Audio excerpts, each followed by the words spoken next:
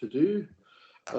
So if everyone is happy, we will get started, and Lindsay is about to record. Anyone unhappy with being recorded? No?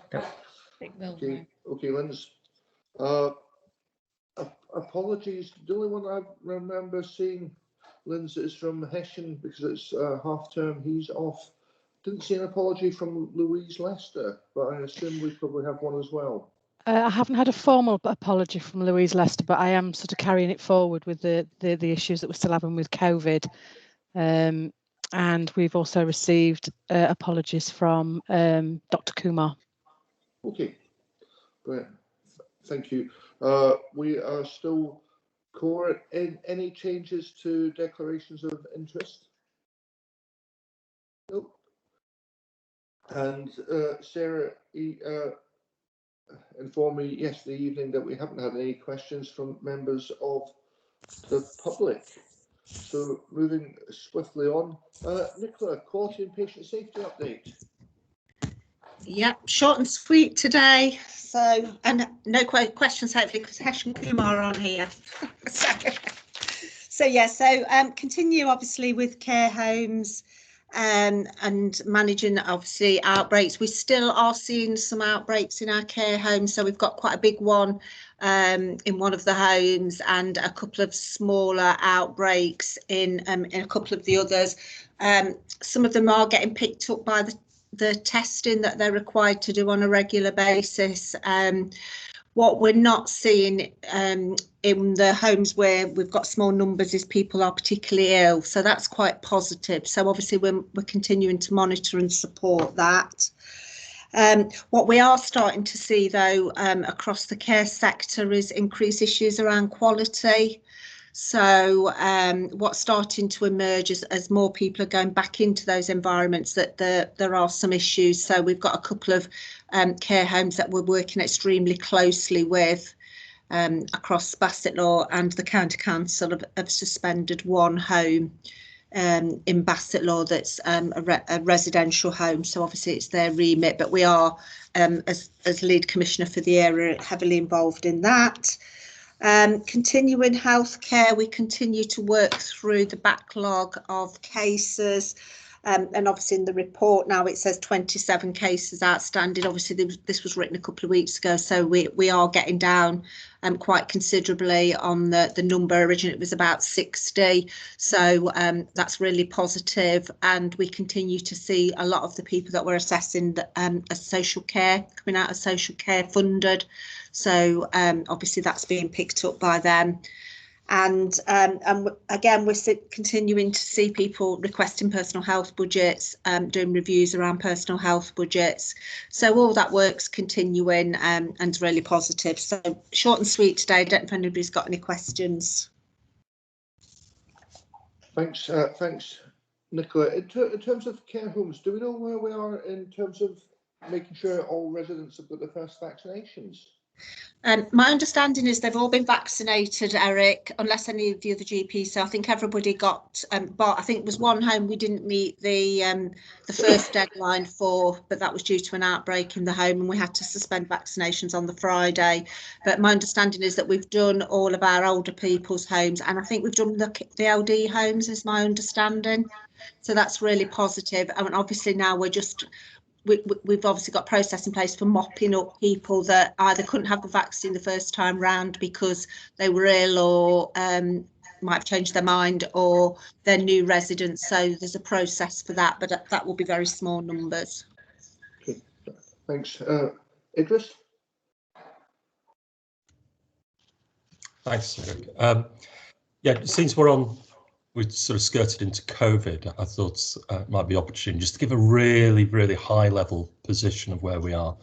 And as this is a public governing body meeting, I think it's important that sort of governing body are clear that we are working on this constantly, both in terms of the vaccinations, which we've just touched upon, which is going extremely well in Bassetlaw as it is in most of the rest of the part of the country. In terms of the incidence of COVID, it is slowly, but not in a linear fashion, reducing in terms of prevalence. Bed occupancy of COVID positive patients across South Yorkshire and indeed the northeastern Yorkshire is again slowly reducing in the majority of hospitals. Recently, there was a little increase in Barnsley and Sheffield, but I think that's the non-linear pattern of it. You know, this isn't all going in a straight line at the same pace. And in South Yorkshire and Bassetlaw, that reduction is relatively slow at this point. Hopefully, we'll see the curve come down a lot more steeply in the coming days and weeks. And it's only been really since the end of January that we've started to see a proper decrease, in my view. So hopefully that will now continue, but it will take some time. And we've already heard about incidences in care homes and obviously one or two other outbreaks, including sort of Rambie Prison, but infection prevention control and public health are providing a very significant amount of support for all of those areas.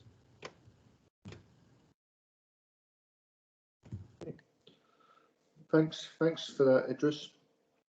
Any other questions or comments for Nicola? Okay. Moving on, CCG constitutional changes, Idris. Yes, thanks again. So you will recall that we previously discussed these in Remuneration Committee and in the private section of governing body. This is to formally and publicly sort of log these. There's two papers, one sort of touches on the other. The first one is in relation to I'll just get the right one up. The governing body tenures. So if I walk you through this, there are three different aspects. First of all, in order to extend the tenures, and you'll recall that the reason we wish to do this is because the legislation and the white paper is subsequently being published, as you'll be aware, will mean that governing body will no longer function as the CCGs are expected to be dissolved and their functions move into integrated care systems at the end of March 2022. So rather than going through various appointments and elections and things over the next just over a year, it's proposed that we suspend the standing orders. So this is the first section. We need to do this in order to extend the appointments of the different governing body members. And obviously there's a conflict of interest of most of you in this regard. So we'll have to take this as being confirmed for the other parties. So lay members confirming it for the GPs confirming it for the lay members and things. So Eric, if we could just go around people to make sure that we have captured everybody's views, that would be helpful. So the first part is about suspending the appropriate standing orders in order to extend the current contracts of the three elected members, the appointed governing body and the lay members and the secondary care doctor and the chair. The second section is those roles not covered in the standing orders, and that's the clinical director. And the third element of it is that we propose not to recruit to the second appointed governing body GP role, and that's sort of Dr. Hope being sort of leaving, and it doesn't seem sensible to desperately try and get another member. But we obviously retain very significant proportionate representation of clinicians on governing body, because that's, I think, is essential. That's it, I think, in a nutshell on this one.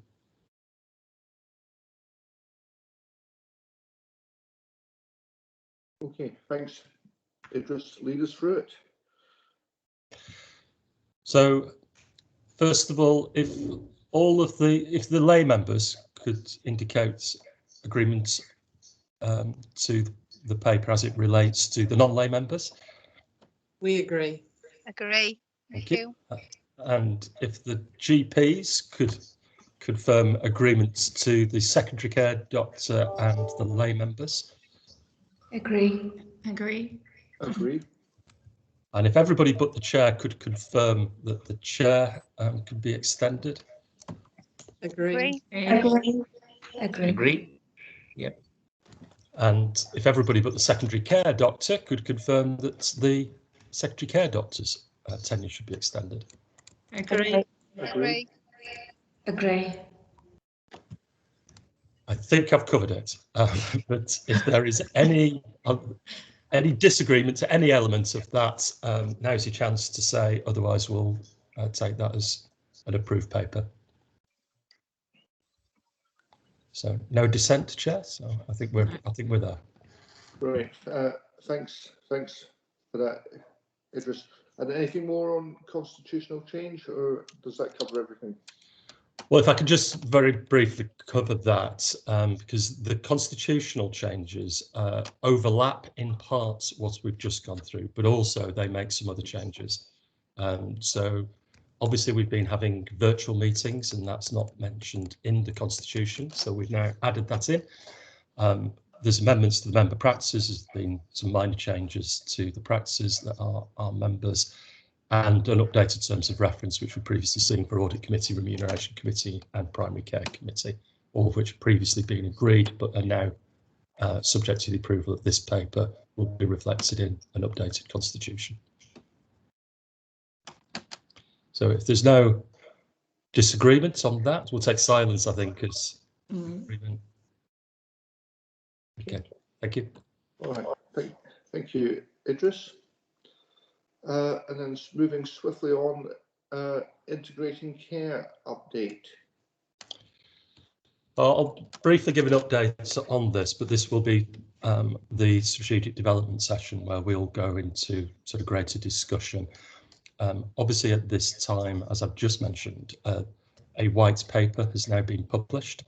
There's quite a lot in that white paper, and obviously it has very significant ramifications for ourselves as a CCG, so we'll be looking at that in detail.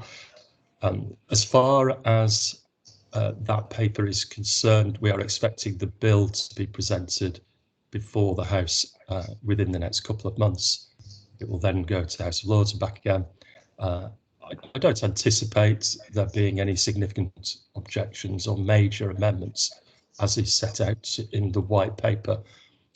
NHS England and Improvements have issued a formal sort of response and recommendations with regard to the white paper following their engagement exercise on their integrated care proposals over the Christmas and New Year period.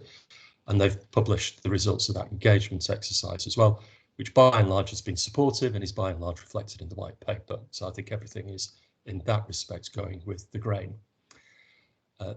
More locally, the integrated care system in South Yorkshire and Bassetlaw have initiated a number of work streams looking at commissioning, at system work, at place work, and the relationship between the system and region and provider collaboratives.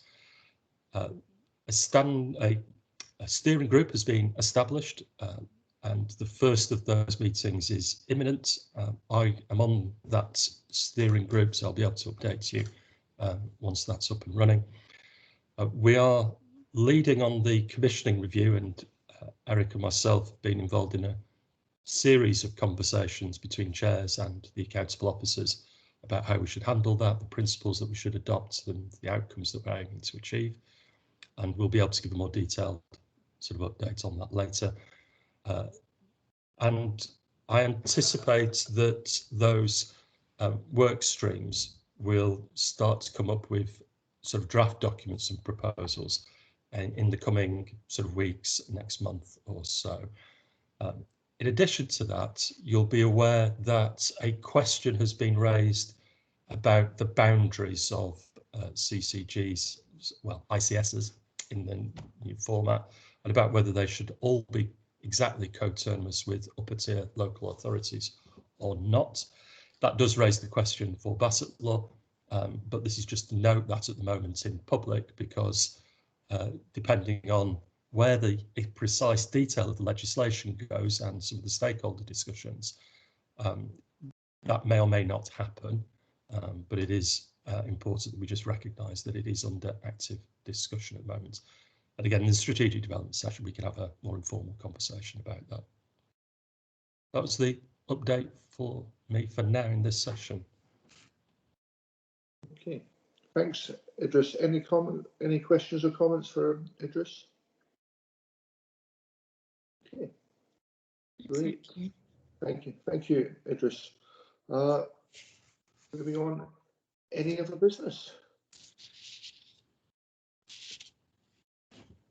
Okay, well, in that case, this session has come to a close. Thank you very much for being here.